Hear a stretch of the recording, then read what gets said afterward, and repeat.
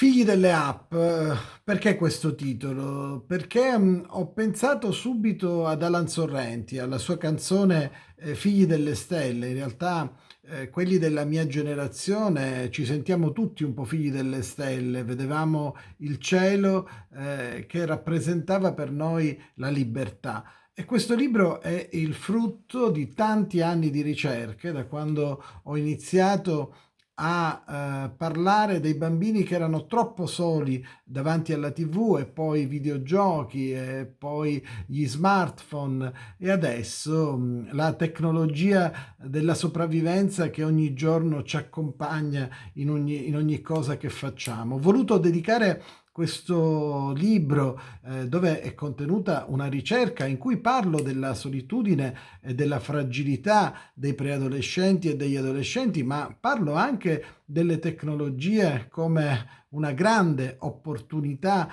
di conoscenza.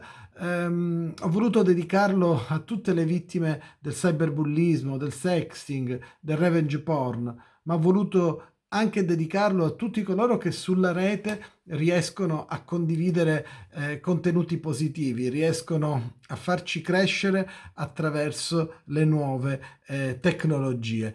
Nella ricerca che è contenuta nel terzo capitolo parto proprio da questa situazione, da una situazione in cui buona parte dei ragazzi intervistati mi dicono di avere profili falsi, ormai vivono la loro vita tra Instagram e WhatsApp, ma la ricerca è stata fatta qualche mese fa, oggi anche TikTok avrebbe un ruolo nella vita social dei nostri adolescenti. È un libro che può servire ai genitori, ma un libro che serve sicuramente agli educatori e la Franco Angeli ha voluto inserirlo nella prestigiosa collana di sociologia. Quando mi chiedono perché dovremmo leggere questo volume, perché tutti abbiamo bisogno di fare un percorso rispetto a quella che è la nostra vita, la vita dei nostri figli, dei nostri nipoti, la vita dei più piccoli nel rapporto con le nuove e le vecchie tecnologie. Sono completamente diversi da noi, ma non sono marziani.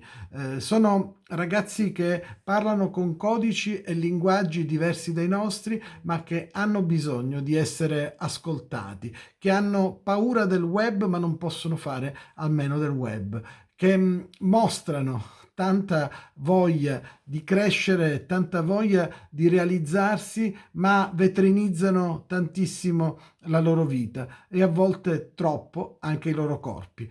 Insomma, vi consiglio di leggerlo e spero vi piaccia.